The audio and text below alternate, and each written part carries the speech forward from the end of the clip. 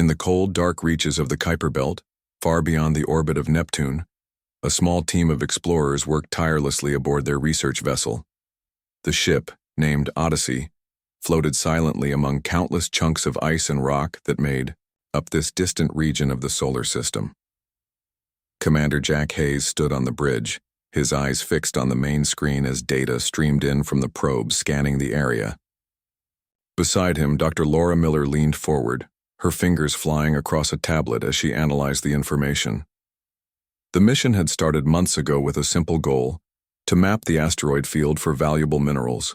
Earth's growing population and dwindling resources meant humanity needed new places to look for materials like rare metals and water ice. But what they found was anything but ordinary. As the probes moved deeper into the belt, their sensors picked up something strange, massive, metallic objects buried beneath layers of ice and debris. At first, the team thought it might be natural formations or perhaps remnants of old satellites lost to time. But as more data came in, it became clear these were no ordinary structures. "They're ships," Laura said suddenly, breaking the silence. Her voice carried a mix of excitement and disbelief. She turned to Jack, holding up her tablet so he could see the images. "Look at this. These aren't random shapes. They're too symmetrical, too precise." Jack frowned as he studied the blurry outlines on the screen. The objects were enormous, each one larger than a small moon. Their surfaces gleamed faintly even through the thick layer of ice covering them. It didn't make sense. Ships that size shouldn't exist, not out here in the middle of nowhere. And yet, there they were. Undeniable proof staring right back at them. Could they be alien? Jack asked quietly, though the question felt almost absurd. Humanity had spent centuries searching for signs of extraterrestrial life, but nothing concrete had ever been found. If these really were alien ships, it would change everything. Laura hesitated before answering. Maybe, or maybe, there's something else entirely. She tapped a few buttons on her tablet, zooming in on one section of the image. "See these markings? They're etched into the hull, symbols, patterns. It looks intentional." Jack nodded slowly, his mind racing. Whoever, or whatever, had built these ships had left behind clues. He glanced at the rest of the crew scattered around the bridge. Everyone seemed frozen, caught between shock and awe. This wasn't just a discovery.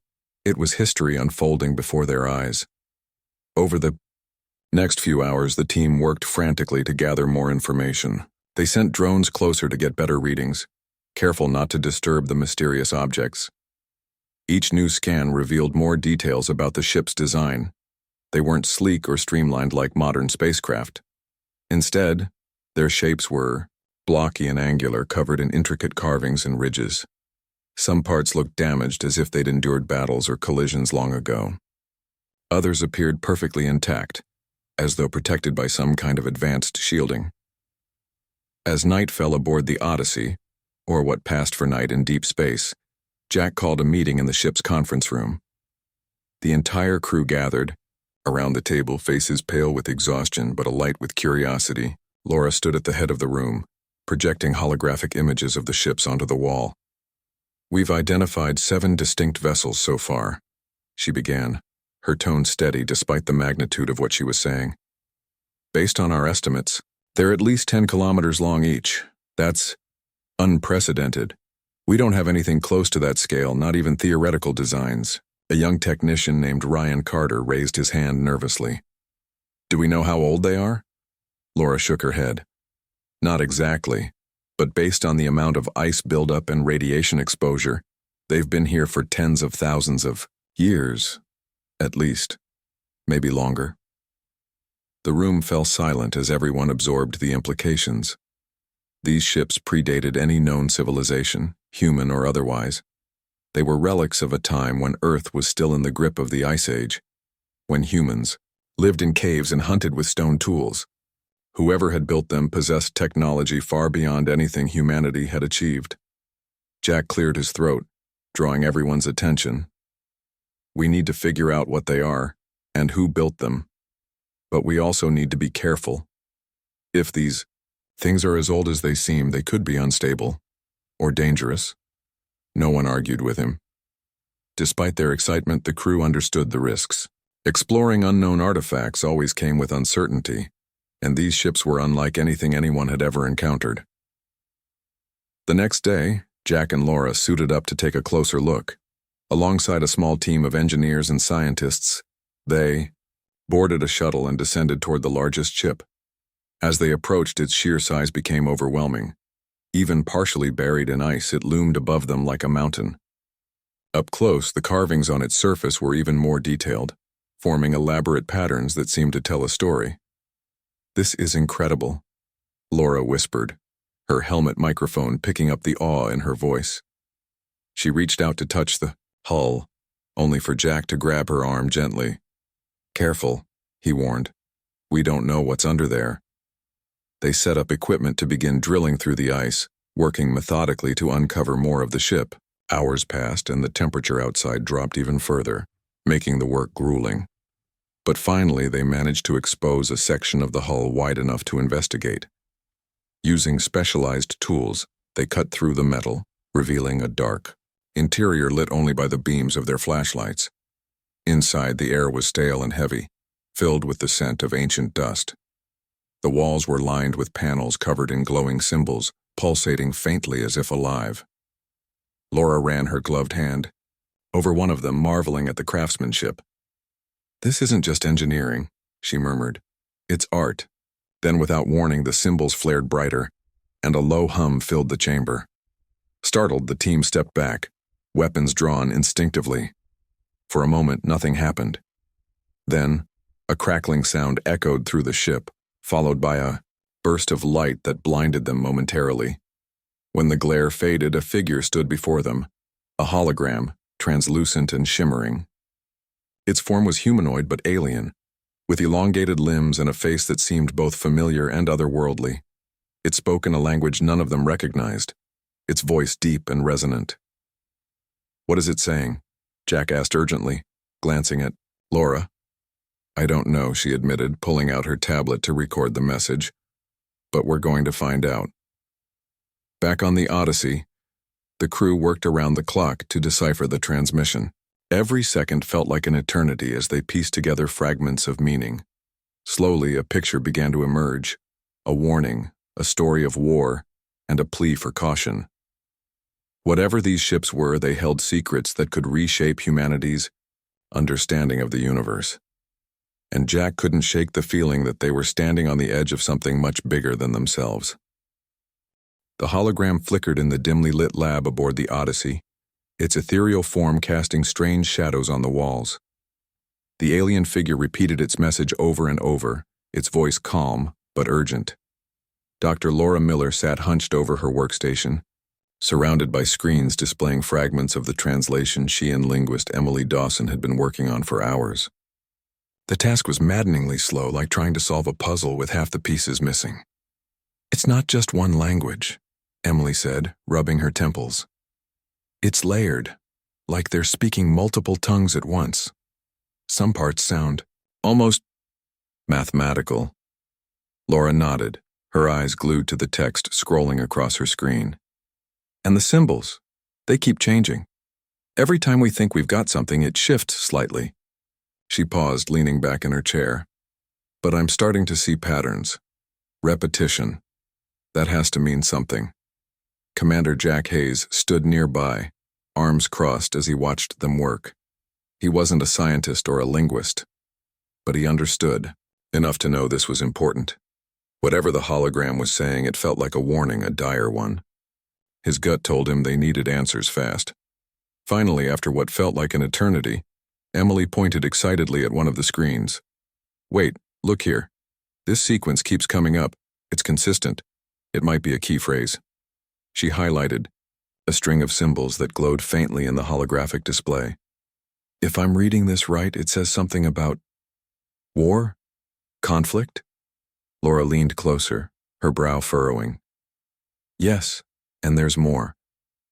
These other symbols, they seem to refer to two groups, maybe factions." She tapped a few keys, isolating another section of the text. "Here. One group is called the Creators, the other..." Her voice trailed off as she deciphered the next word. The destroyers. Jack frowned. Creators and destroyers? Sounds biblical. Or apocalyptic, Emily added grimly. Based on the context, it looks like these ships were built during some kind of interstellar war. A really big one. Laura continued piecing things together, her fingers flying across the keyboard. This part here, it mentions weapons, powerful ones. And then there's talk of annihilation, entire civilizations wiped out. She looked up at Jack, her expression grave. These ships weren't just tools. They were weapons. Last resort. Weapons. The room fell silent as the weight of her words sank in. Humanity had stumbled upon relics of a conflict so vast and devastating that even now, tens of thousands of years later, the echoes lingered. Jack felt a chill run down his spine. What kind of beings could create something like this, and why would they abandon it? We need to dig deeper, he said finally, breaking the silence. If these ships were designed to destroy entire planets, we can't afford to leave any stone unturned, especially if whoever or whatever built them might still be out there. Over the next several days, the crew focused all their efforts on understanding the technology inside the ships. Engineers and technicians worked tirelessly to map the interior of the largest vessel, which they had nicknamed Erebus. Its labyrinthine corridors stretched for kilometers, filled with dormant machinery and glowing panels, etched with the same intricate symbols as the outer hull. The air inside was thick and stale, carrying an odd metallic tang that made everyone uneasy. Ryan Carter, the young technician who had first noticed the symbols, became obsessed with the ship's central chamber. Deep within the heart of Erebus lay a massive structure resembling a control room, dominated by a towering console covered in buttons, levers, and holographic displays. Despite warnings from both Jack and Laura to proceed cautiously, Ryan couldn't resist experimenting with the controls. I'm telling you, Commander, I think I can activate it, Ryan said eagerly one evening, his face flushed with excitement. He gestured toward the console where faint lights pulsed rhythmically. Look at this pattern, it's responding to touch. If we can figure out how to interface with it, maybe we can bring the ship online. Jack shook his head firmly. No way. We don't know what'll happen if you mess with that thing. For all we know, you could trigger a self-destruct sequence or worse. But Ryan wasn't deterred. Late that night, while most of the crew slept, he snuck back into the chamber alone. Armed with a handheld scanner and a notebook full of scribbled notes, he approached the console again. His hands trembled as he reached out, pressing a series of glowing buttons in the order he thought might work. For a moment, nothing happened. Then, with a sudden hum, the entire chamber lit up. Panels along the walls sprang to life, bathing the room in soft blue light. The console vibrated beneath Ryan's fingertips, and a low mechanical whir echoed through the ship. Startled, he stumbled backward, nearly tripping over his own feet. Before he could react, the holographic interface flared to life once more. This time, however, the alien figure spoke directly to him, or at least that's what it felt like. Its gaze seemed to pierce straight through him, and its voice boomed louder than before. Though Ryan didn't understand the words, the tone was unmistakable, commanding, authoritative, and slightly menacing. Panicking, Ryan fumbled for his communicator. Commander? You might want to get down here. Something's happening. The time Jack and Laura arrived, the chamber was alive with activity. Streams of data flowed across the holographic displays, and the hum of machinery grew steadily louder. Laura immediately set to work analyzing the information, her eyes widening as she realized what they were looking at. This isn't just a ship, she breathed. It's a weapon platform. Fully integrated systems, weapons, engines, AI cores. Everything's still functional. Jack stared at her, alarmed. Functional? As in ready to use? She hesitated. Maybe, but activating it could have consequences we can't predict. We need to shut it down before... Her words were cut short as the ship shuddered violently, throwing everyone off balance. Alarms blared throughout the chamber, and red warning lights flashed overhead. Ryan backed away from the console, his face pale. I didn't mean to do that. Do what? Jack barked, grabbing hold of a railing to steady himself. "The core, it's powering up," Laura shouted, pointing at a massive cylinder in the center of the room. Energy crackled around it, sending arcs of electricity dancing across the floor. "If we don't stop it, the whole system could overload." Without hesitation, Jack sprang into action. He grabbed a fire extinguisher from the wall and hurled it at the console, smashing the glowing buttons.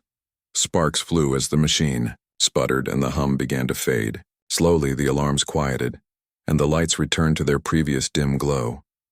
Everyone let out a collective sigh of relief, though the tension in the room remained palpable. Ryan slumped against the wall, guilt written all over his face. "I'm sorry," he muttered. "I thought I could help." "You almost got us killed," Jack snapped, his voice sharp with anger. But then he softened, seeing the remorse in Ryan's eyes. "Just don't touch anything else without clearance, okay?" As they regrouped outside the chamber, Laura turned to Jack. "We dodged a bullet this time, but we can't keep stumbling around blindly. If we're going to learn anything from these ships, we need proper protocols and reinforcements." Jack nodded, already thinking ahead. "I'll contact Earth Command. They'll send specialists to take over. In the meantime, no one goes near the controls unless absolutely necessary." Though the immediate danger had passed, the incident left everyone unsettled. The ships were far more complex and potentially dangerous than anyone had anticipated. And as the crew drifted off to bed that night, none of them could shake the feeling that they were being watched, as if the ancient warships themselves were alive, waiting patiently for humanity to make its next move. The disappearance of Nyx left the crew of the Odyssey shaken. For hours they scanned the surrounding space, hoping to find some trace of the ship.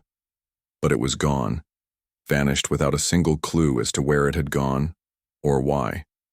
The silence that followed was heavy, filled with questions no one dared to ask aloud. What had caused the ship to activate? Where had it gone? And most importantly, what did its departure mean for humanity? Commander Jack Hayes stood on the bridge, staring out at the empty expanse of stars. His mind raced with possibilities, none of them comforting. He turned to Laura, who sat at a nearby console, her face pale but determined. "We need answers," he said finally, breaking the silence. "If we don't figure out what's going on, this could get worse." Laura nodded, though she looked just as uneasy. "Agreed. But we can't do this alone. We need help, from someone who knows more than we do." Before Jack could respond, alarms blared again, startling everyone on the bridge. This time the source wasn't one of the ships. It was something new. A massive object appeared on their sensors, moving steadily toward them from deep space. At first they thought it might be another asteroid or perhaps even Nyx returning. But as the object drew closer, its true nature became clear. It was a spacecraft, unlike anything humanity had ever seen. Sleek and streamlined, it shimmered with an iridescent glow, as if made of liquid metal. Its surface shifted and rippled like water under sunlight, making it hard to focus on any single detail. The ship hovered silently above the excavation site, casting a shadow over the remaining ancient vessels buried in the ice. "They're hailing us," one of the communications officers announced, his voice trembling slightly. Jack exchanged a glance with Laura before nodding. "Put them through." A moment later, the main screen flickered to life, revealing a figure unlike any human, tall and slender with skin that seemed to shimmer faintly. The being regarded them with calm, piercing eyes. Its features were humanoid but distinctly alien, with elongated limbs and a smooth, featureless face save for two glowing orbs that served as eyes. When it spoke, its voice resonated deeply, bypassing language barriers entirely. "We are the Veil," the being said, its tone measured and deliberate. "We have come in response to your awakening of the warships." The room fell silent as everyone processed the words. Jack stepped forward, his expression cautious but resolute. "Who are you? And what do you want?" The Veil tilted its head slightly, as if considering the question. "We are descendants of those who fought alongside the creators in the Great War. The ships you have uncovered were forged as instruments of destruction, meant to end all life should the conflict escalate beyond control. They were sealed away when peace was achieved, but not destroyed. Laura leaned forward, her curiosity overriding her fear. Why didn't you destroy them? If they're so dangerous, why leave them here? Because destruction is not always the answer, the Veil replied. The creators hoped future generations would learn from their mistakes, choosing cooperation over annihilation. By leaving the ships intact, they placed trust in the wisdom of those who might find them. Major Ross, who had been standing quietly in the corner, stepped forward now, his voice sharp and skeptical. That's a nice story, but how do we know you're telling the truth? For all we know, you could be trying to manipulate us. The Veil's gaze shifted to him, unblinking. Your distrust is understandable. But consider this. If our intentions were hostile, we would not have waited until now to act. Your tampering with the ships has already drawn attention you cannot afford. What kind of attention? Jack asked, his voice tense. The destroyers, the Veil said simply. Though long thought defeated, remnants may still exist. Reactivating the ships risks awakening them and inviting their wrath upon your species. The weight of the Veil's words hung heavy in the air. Everyone on the bridge felt the gravity of the situation. Humanity had stumbled into a conflict far older and more complex than anyone could have imagined. The stakes weren't just survival. They were existence itself. Laura broke the silence, her voice steady despite the fear bubbling beneath the surface. What do you suggest we do? The Veil paused as if weighing its response carefully. Leave the ships undisturbed. Allow us to assist you in sealing them once more. In exchange, we offer knowledge, technology, resources, guidance to aid your journey among the stars. Peaceful exploration, not conquest, must be your path. For a moment, no one spoke. The offer was generous, almost too good to be true. But skepticism lingered, especially among the military personnel. Major Ross crossed his arms, his jaw tightening. And if we refuse? The Veil's glowing eyes narrowed slightly, though its tone remained calm. Then you will bear the consequences of your actions. The choice is yours. As the transmission ended, the room erupted into heated debate. Some argued that accepting the Veil's help was the only logical course of action, while others insisted humanity couldn't afford to show weakness. General Simmons, watching remotely from Earth Command, weighed in via video link, his expression grim. We can't trust them, he declared firmly. They've admitted they knew about these ships all along and did nothing. Who's to say? They won't turn on us once we lower our guard? Jack clenched his fists, frustrated by the lack of consensus. With respect, sir, we're playing with forces we don't understand. If the Veil are telling the truth, ignoring their warning could doom us all. Simmons scowled but didn't argue further. Instead, he issued a directive. Negotiations with the Veil would continue, but preparations for potential conflict would proceed simultaneously. Reinforcements were dispatched to the Kuiper Belt, along with additional weaponry and defensive systems. Over the next few days, tensions between the crew and the Veil grew palpable. Though the aliens remained peaceful, their presence loomed large, a constant reminder of the dangers lurking in the shadows. Laura worked tirelessly to build rapport with the Veil representative Kale, hoping to gain insight into their motives. She found him surprisingly open, willing to share fragments of history and culture, but always careful to avoid revealing too much. They're hiding something, Major Ross muttered during one of their strategy meetings. I don't care how friendly they seem. No one offers help without expecting something in return. Jack sighed, rubbing his temples. Maybe. But right now, they're the only ones who can tell us what we're dealing with. If we push them away, we're flying blind. Despite his concerns, Jack couldn't deny the logic of Ross's argument. Trust was a luxury they couldn't afford, not when so much was at stake. As negotiations dragged on, tempers flared and patience wore thin. One evening, Laura joined Jack in the observation deck, where he often went to think. The view of the stars stretched endlessly before them, a reminder of how small humanity truly was in the grand scheme of things. What happens if we make the wrong choice? Laura asked softly, breaking the silence. Jack hesitated before answering. We adapt, we survive. That's what humans do best. But I'll tell you this, if we let fear dictate our decisions, we'll lose sight of who we are. And that's a bigger risk than any weapon. Laura nodded, her resolve strengthening. Whatever came next, they would face it together. But as she gazed out at the vastness of space, she couldn't shake the feeling that the hardest choices were yet to come. Back on Earth, news of the discovery in the Kuiper Belt spread like wildfire. At first, it was just rumors, whispers among scientists and military officials who had been briefed on the mission. But soon, leaks found their way into the media, sparking a frenzy of speculation and debate. Headlines screamed about ancient alien warships, doomsday weapons, and humanity's place in the cosmos. People gathered around televisions and smartphones, hungry for answers that no one could provide. In Washington, D.C., General Paul Simmons sat at the head of a long conference table, surrounded by representatives from every branch of the military, intelligence agencies, and top government officials. The room buzzed with tension as arguments broke out over what to do next. Some believed the ships should remain untouched, fearing they might awaken forces humanity couldn't comprehend. Others saw them as an opportunity, a chance to leapfrog centuries of technological development and secure Earth's dominance in the galaxy. "We can't afford to sit on our hands," Simmons declared, slamming his fist on the table. His voice carried authority, silencing the room. "These ships are weapons.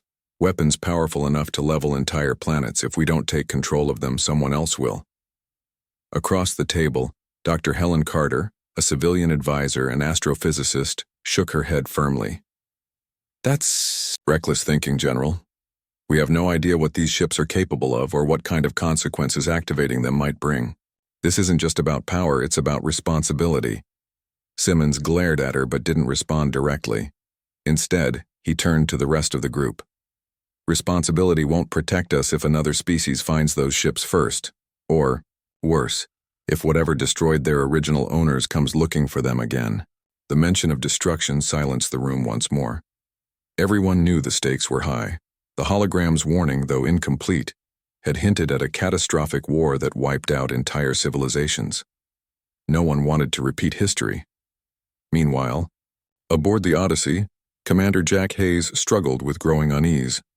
He had sent detailed reports back to Earth Command, outlining everything they had learned so far. But each new message from headquarters made him feel less certain about humanity's ability to handle such immense power. Orders poured in daily, demanding updates on the ship's systems and urging the crew to push further into uncharted territory. Jack called Laura into his quarters late one night, needing someone to talk to. "I don't like where this is going," he admitted, pacing back and forth. "Every time I send a report, they ask for more. They're not interested in understanding these ships. They just want to use them." Laura nodded, her expression grim.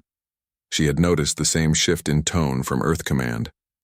"They see this as a shortcut to supremacy, a way to skip generations of research and development. But you and I both know it's not that simple. These ships weren't abandoned because they stopped working. They were sealed away for a reason." "Exactly," Jack said, stopping mid-stride. "And until we figure out why, messing with them is suicide." But orders were orders. Within days, reinforcements arrived in the form of a heavily armed transport ship, carrying engineers, soldiers, and specialists tasked with accelerating the project. Among them was Major Daniel Ross, a no-nonsense officer handpicked by General Simmons to oversee operations. From the moment he stepped onto the Odyssey, it was clear he wasn't there to play it safe. "We're moving forward," Ross announced during his first meeting with the crew. "Earth Command has authorized full activation of the ship's systems. Priority 1 is weapon functionality. Everything else is secondary." Jack clenched his jaw but kept his composure. Arguing with Ross would only make things worse. Instead, he pulled Laura aside after the meeting. "This is bad," he muttered under his breath. "If they start tampering with the weapons, we could trigger something irreversible." "I know," Laura replied softly. "But we're outnumbered. Now, all we can do is try to slow them down and hope they listen when things go wrong." As the days passed, the atmosphere aboard the Odyssey grew increasingly tense. Engineers worked around the clock to map the ship's systems, while soldiers conducted drills in preparation for potential threats.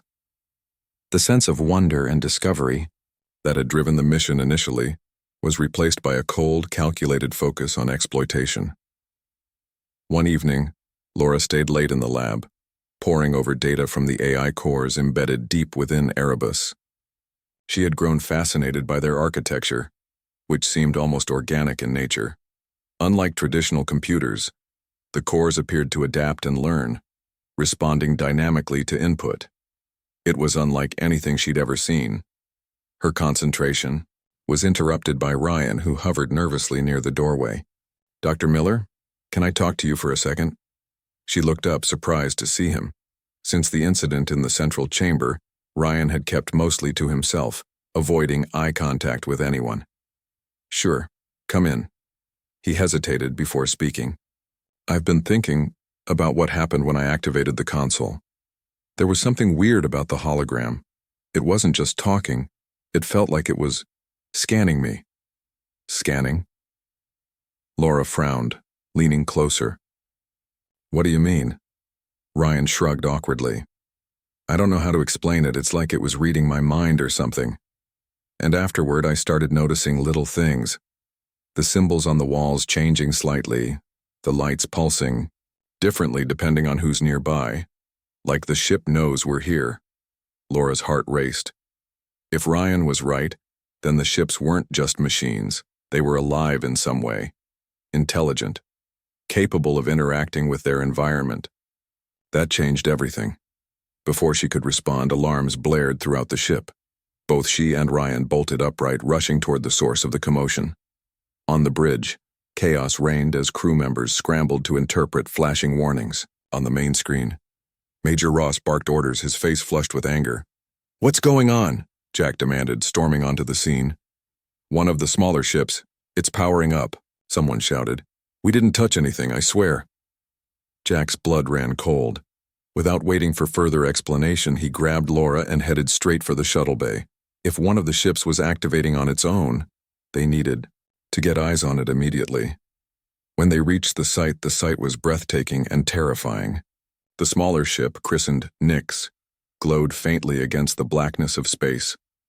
Its surface rippled as if alive, shedding layers of ice and debris. Then, without warning, it began to move, drifting slowly away from the asteroid field. "It's leaving," Laura whispered, her voice trembling. "But why?" Jack didn't answer.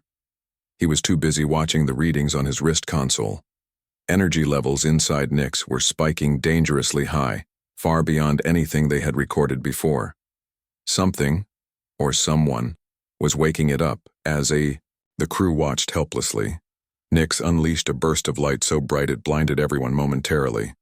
When their vision cleared, the ship was gone, vanished into the void. Silence fell over the group, broken only by the sound of distant static crackling through their comms. "They're alive," Laura murmured, staring at the empty space where Nyx had been. "And we've only scratched the surface." The uneasy alliance between humanity and the Veil grew increasingly strained as days passed. Negotiations continued aboard the Odyssey, but progress was slow, bogged down by mistrust on both sides. General Simmons, still operating from Earth, Command pushed for a more aggressive approach, urging Major Ross to take control of the situation. "We can't rely on them forever," Simmons barked over a secure video link. "If they won't help us unlock the ship's full potential, we'll do it ourselves." Ross didn't need much convincing. He had always been skeptical of the Veil's intentions, viewing their offer of assistance as a smokescreen for ulterior motives. Late one night, he gathered a small team of soldiers and engineers in secret, briefing them on a covert operation. "Our orders are clear," he said, his voice low but firm. "We're going to board the second ship, Nyx, and bring its systems online. If the Veil find out, they'll try to stop us. But by then, it'll be too late." Jack Hayes caught wind of the plan almost too late. Laura had noticed unusual activity among the crew, engineers working odd hours, equipment being moved discreetly, and pieced together what was happening. When she told Jack, he stormed into Ross's quarters demanding answers. "What the hell do you think you're doing?" Jack demanded, his voice tight with anger. "You're risking everything." Ross didn't flinch. I'm following orders, Commander. Orders that come from higher up than you. He gestured toward the window where the silhouette of Nyx loomed faintly against the backdrop of stars. That ship is our future. We can't let fear hold us back. It's not fear. It's common sense, Jack snapped. You saw what happened when Ryan activated the console. These ships aren't toys, they're dangerous, and we don't understand them. Ross smirked, though there was no humor in it. Then maybe it's time we learned. Before Jack could argue further, Ross dismissed him, ordering his team to prepare for the mission. Knowing he couldn't stop them alone, Jack turned to Laura. We have to warn the Veil, he said urgently. If anyone can stop this, it's them. Laura hesitated, torn between loyalty to her crew and the moral obligation to prevent disaster. Finally, she nodded. Let's hope Kale listens. They contacted the Veil representative immediately, explaining the situation as best they could. Kale listened intently, his glowing eyes betraying no emotion.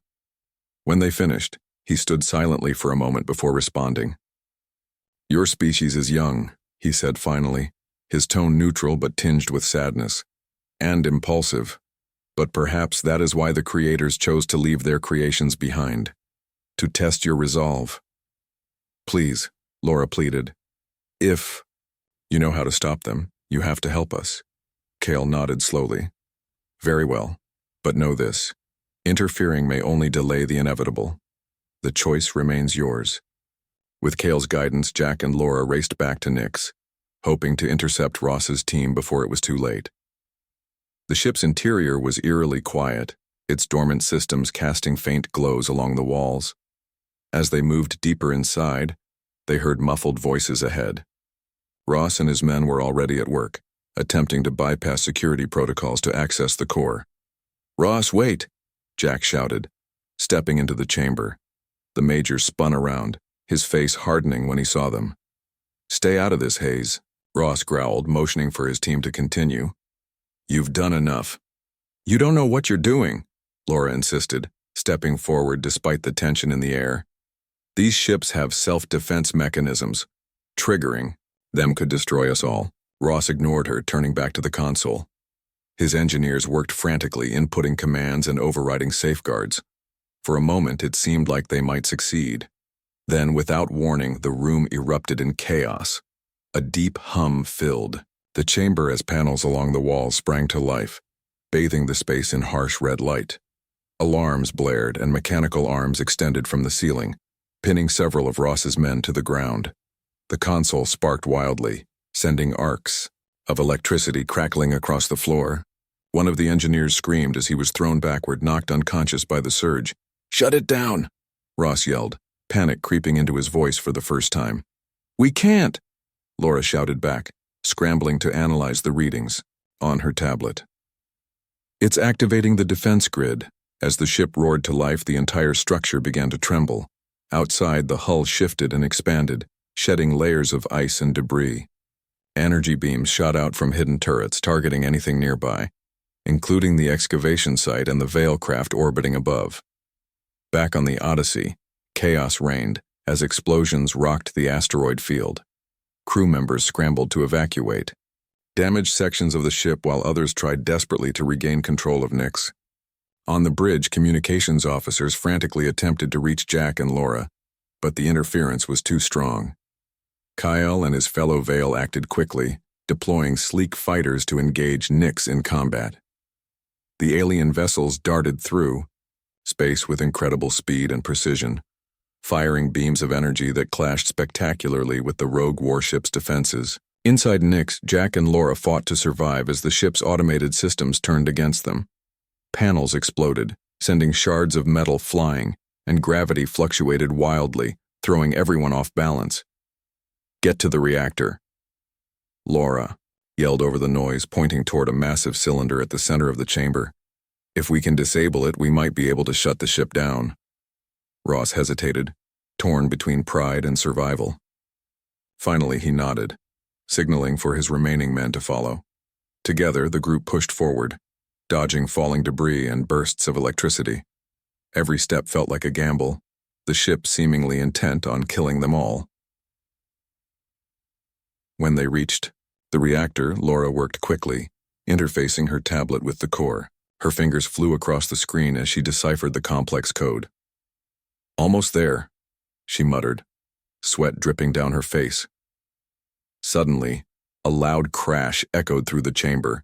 A section of the wall collapsed, revealing a massive robotic drone advancing toward them.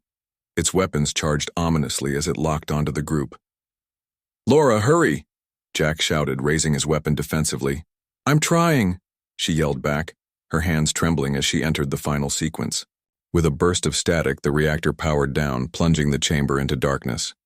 The drone froze mid-step, its system shutting off instantly. For a moment, there was silence.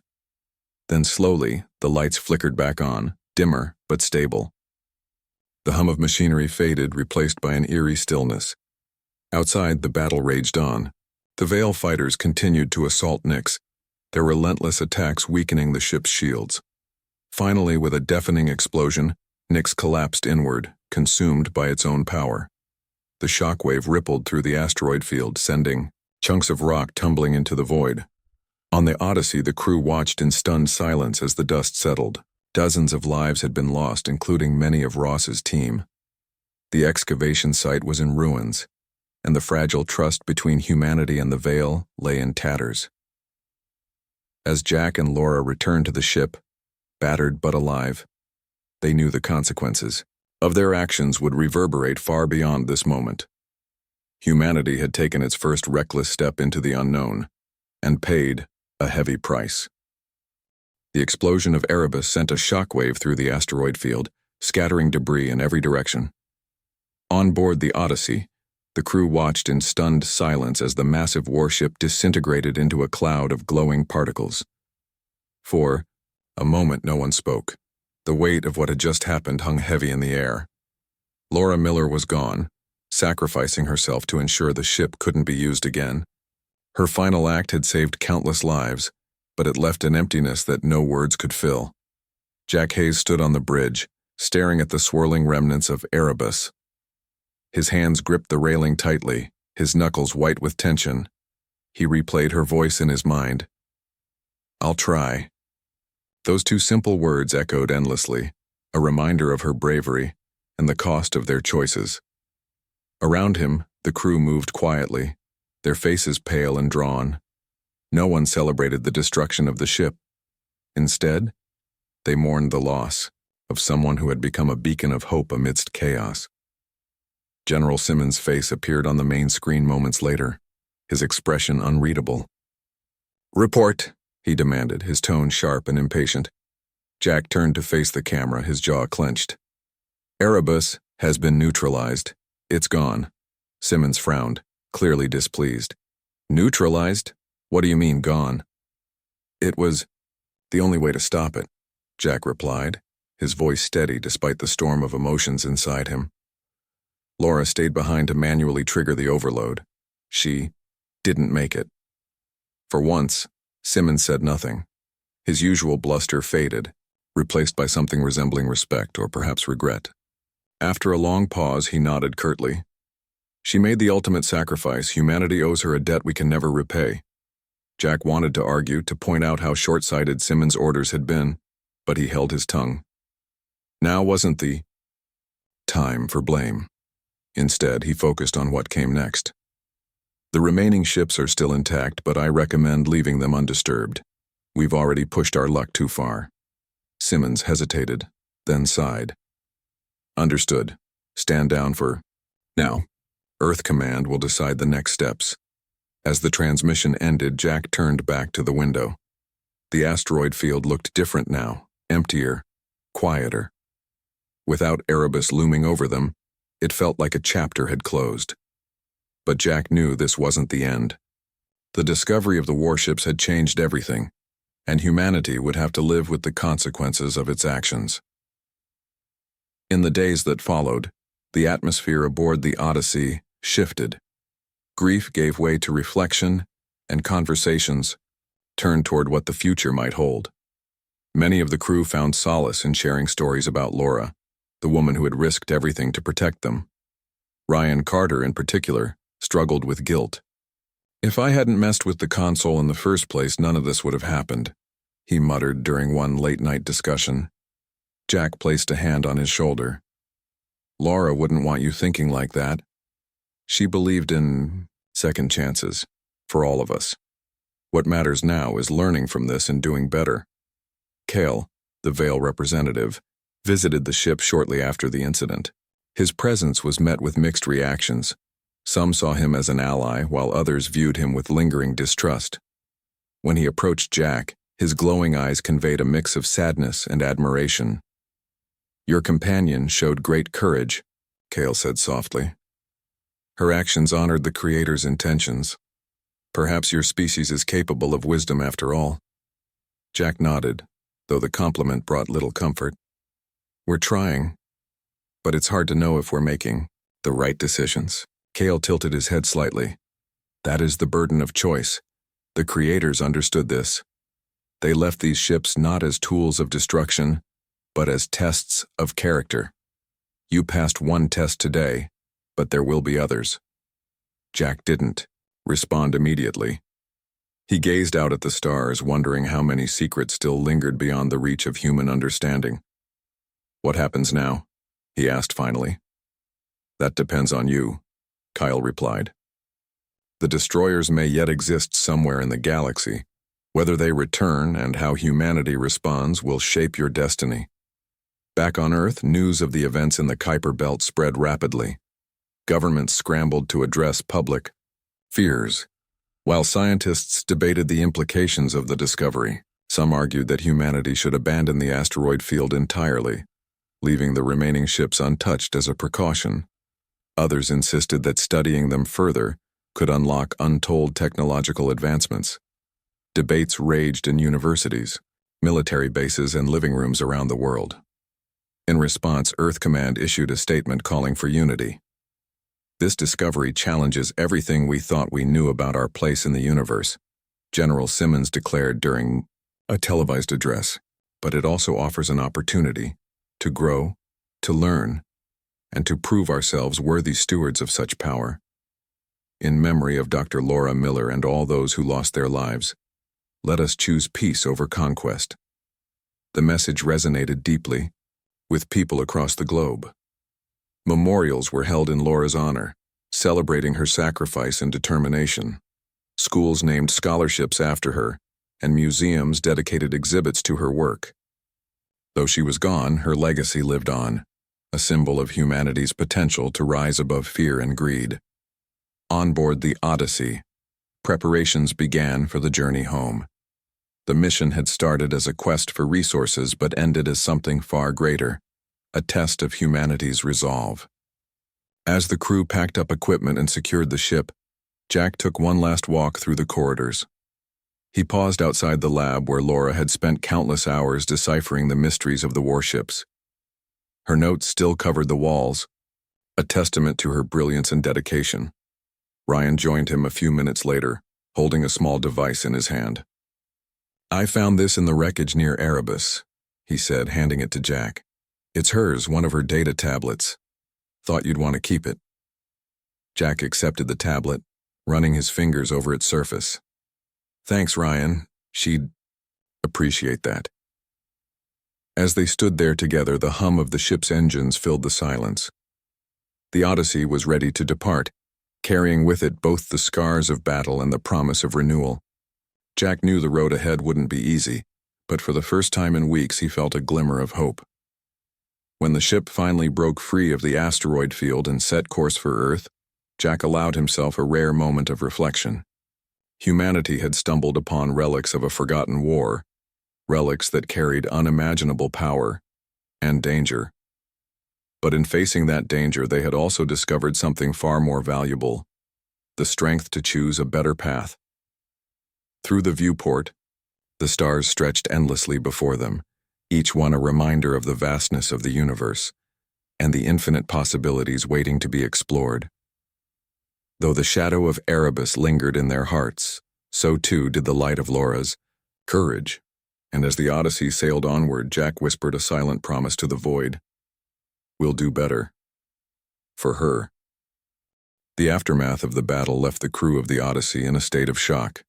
The asteroid field, once a site of wonder and discovery, now resembled a war zone.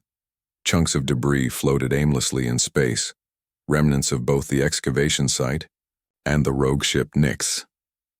Back aboard the vessel, the mood was somber, with everyone grappling with the loss of colleagues and the destruction they had witnessed. The smell of burnt metal lingered in the air, a grim reminder of how close they had come to total disaster. Commander Jack Hayes stood on the bridge, staring out at the wreckage. His hands clenched the railing tightly as he replayed the events, in his mind.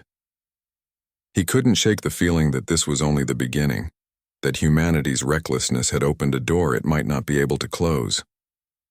Beside him, Laura Miller leaned against the wall, her face pale but resolute. She had barely spoken since returning from Nyx, her thoughts consumed by what she had seen inside the ship. "We need to figure out what triggered the defense systems," Laura said finally, breaking the silence. Her voice was quiet but steady. "If we don't understand why Nyx reacted like that, we could make the same mistake again." Jack nodded, though his expression remained grim. "Agreed. But I doubt Earth Command will listen. Simmons is probably already planning his next move." As if on cue, General Simmons appeared on the main screen, his face stern and unyielding. "Report," he barked, skipping any pretense of pleasantries. Jack stepped forward, his tone measured but firm. "Sir, the operation on Nyx failed. The ship activated its defenses, causing significant damage to the excavation site and resulting in multiple casualties. We were lucky to escape with our lives." Simmons scowled, clearly displeased with the news.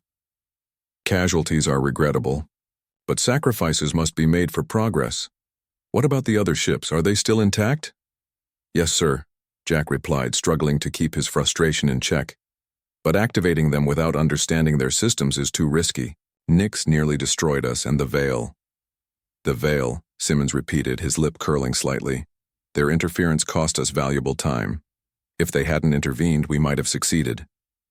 Laura stepped forward, unable to stay silent any longer. "With respect, sir, their intervention saved us. Without them, Nyx would have obliterated everything, including us." Simmons glared at her but didn't argue. Instead, he turned his attention back to Jack.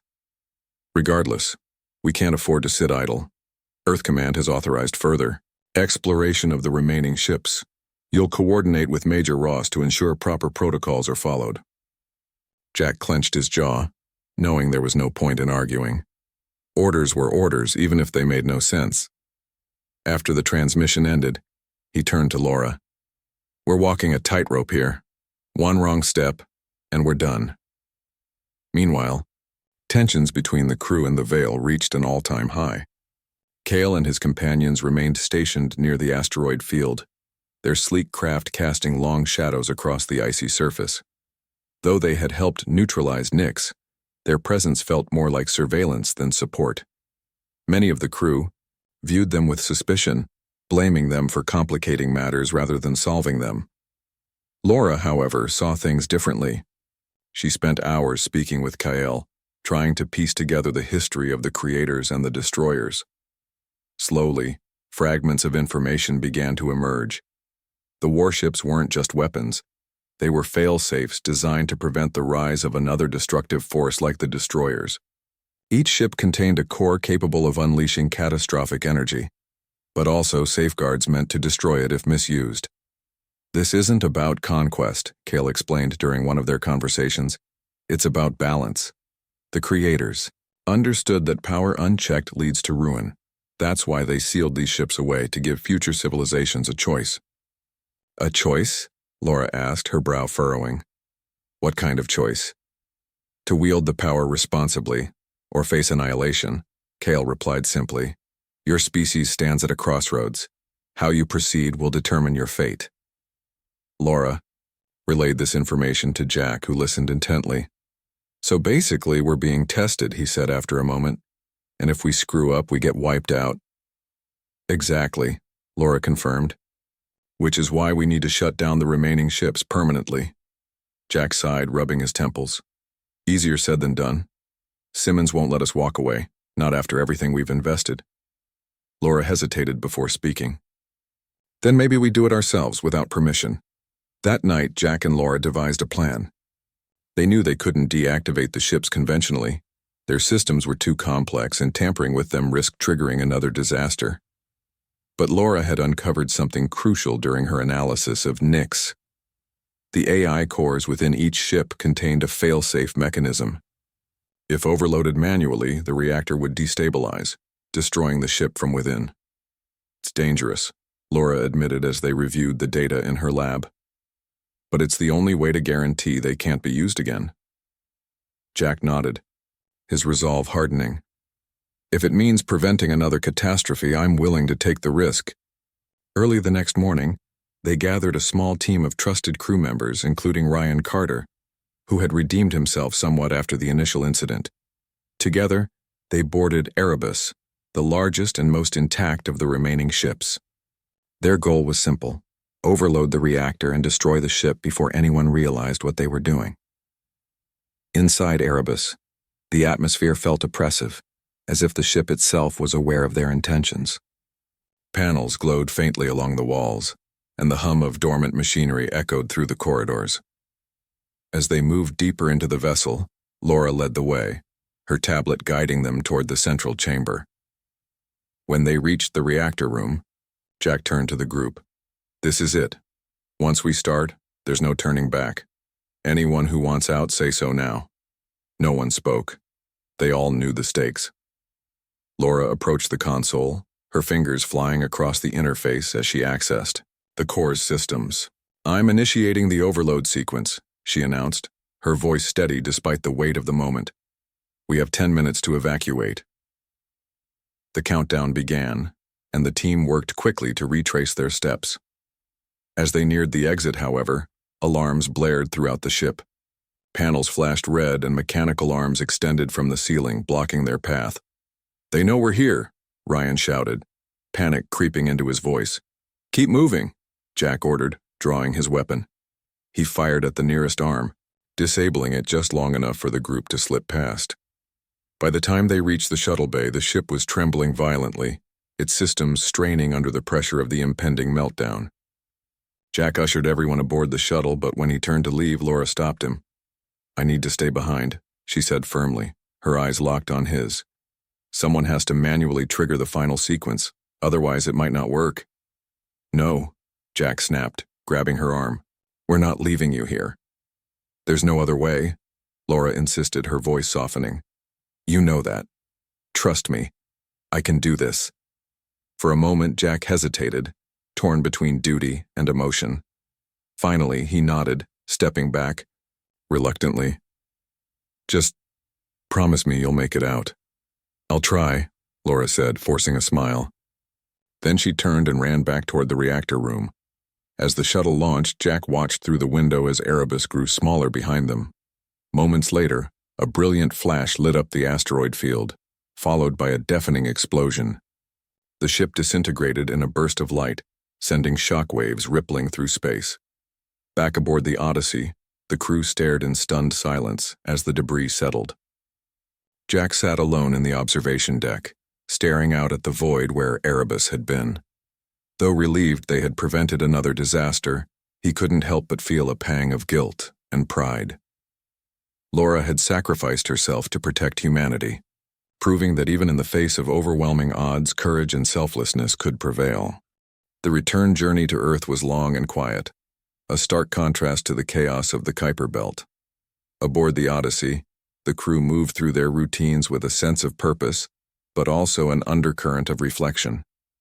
They had left behind not just the warships, but a part of themselves. Laura's sacrifice weighed heavily on everyone.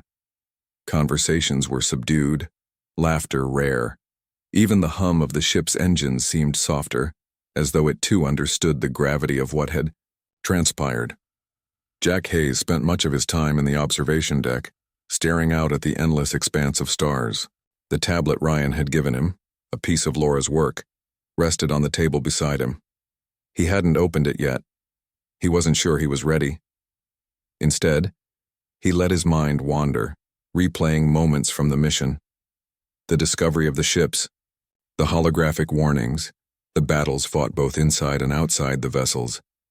It all felt like fragments of a dream, vivid yet distant. But one thing was clear: humanity had been changed forever. When they finally reached Earth orbit, the welcome they received was subdued. There were no parades or cheering crowds. Instead, dignitaries and scientists gathered quietly at the landing site, their expressions somber. News of Laura's sacrifice had spread widely, and her name was spoken with reverence. As Jack stepped off the shuttle, cameras flashed, capturing his weary face for the world to see. He didn't smile, didn't wave. His only thought was to honor Laura's memory by ensuring her message wasn't forgotten. A press conference followed shortly after. Standing before rows of reporters, Jack recounted the events in simple, straightforward terms. He spoke of the creators and the destroyers of the warship's immense power and the dangers they posed. Most importantly, he emphasized Laura's choice to prioritize peace over conquest, even at the cost of her life. "This isn't just about technology or weapons," Jack said, his voice steady despite the weight of his words. "It's about who we are as a species. We've been given a chance to prove that we can rise above fear and greed. That's the legacy Laura left us." His speech resonated deeply, sparking a global conversation about humanity's future. Governments began drafting new policies focused on peaceful exploration rather than militarization. Scientists formed international coalitions to study the remnants of the asteroid field, without disturbing the remaining ships. And ordinary people, inspired by Laura's courage, started grassroots movements advocating for cooperation over conflict. The weeks that followed, Kale and the Veil remained in contact, offering guidance and support. Though some still distrusted them, many came to view the aliens as allies rather than adversaries. Together, humans and Veil worked to document the history of the creators and the lessons they had left behind. It was slow, painstaking work, but progress was made, one small step at a time. Laura's findings became the foundation of this effort. Her notes, stored on the tablet she had left behind, provided invaluable insights into the ship's design and purpose. Engineers and linguists pored over her work, piecing together fragments of knowledge that might otherwise have been lost. In her absence, Laura became a symbol of hope, not just for humanity, but for anyone willing to seek understanding instead of domination.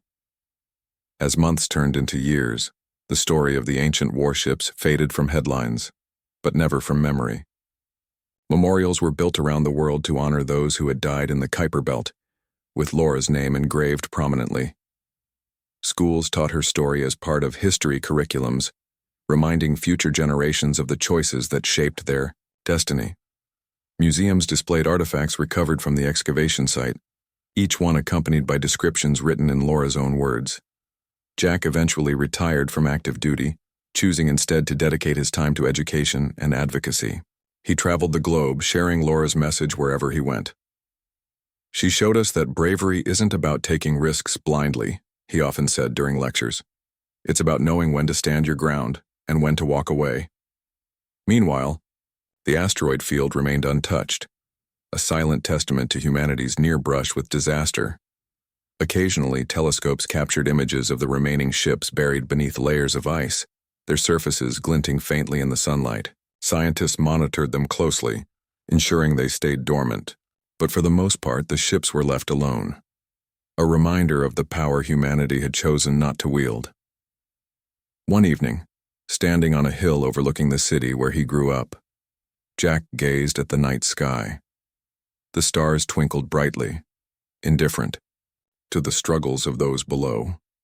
For a moment, he allowed himself to imagine what Laura might have seen in those final seconds aboard Erebus. Had she felt fear, regret, or had she found peace knowing she had done the right thing? He smiled softly, clutching the tablet in his hand. "You did good, Laura," he whispered to the void. "We'll keep trying. For you."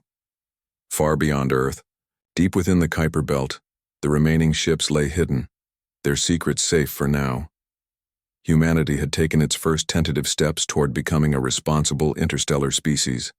Mistakes had been made, lives had been lost, but lessons had been learned. And though the universe held countless mysteries yet to be uncovered, one truth remained clear: the choices humanity made today would shape its tomorrow.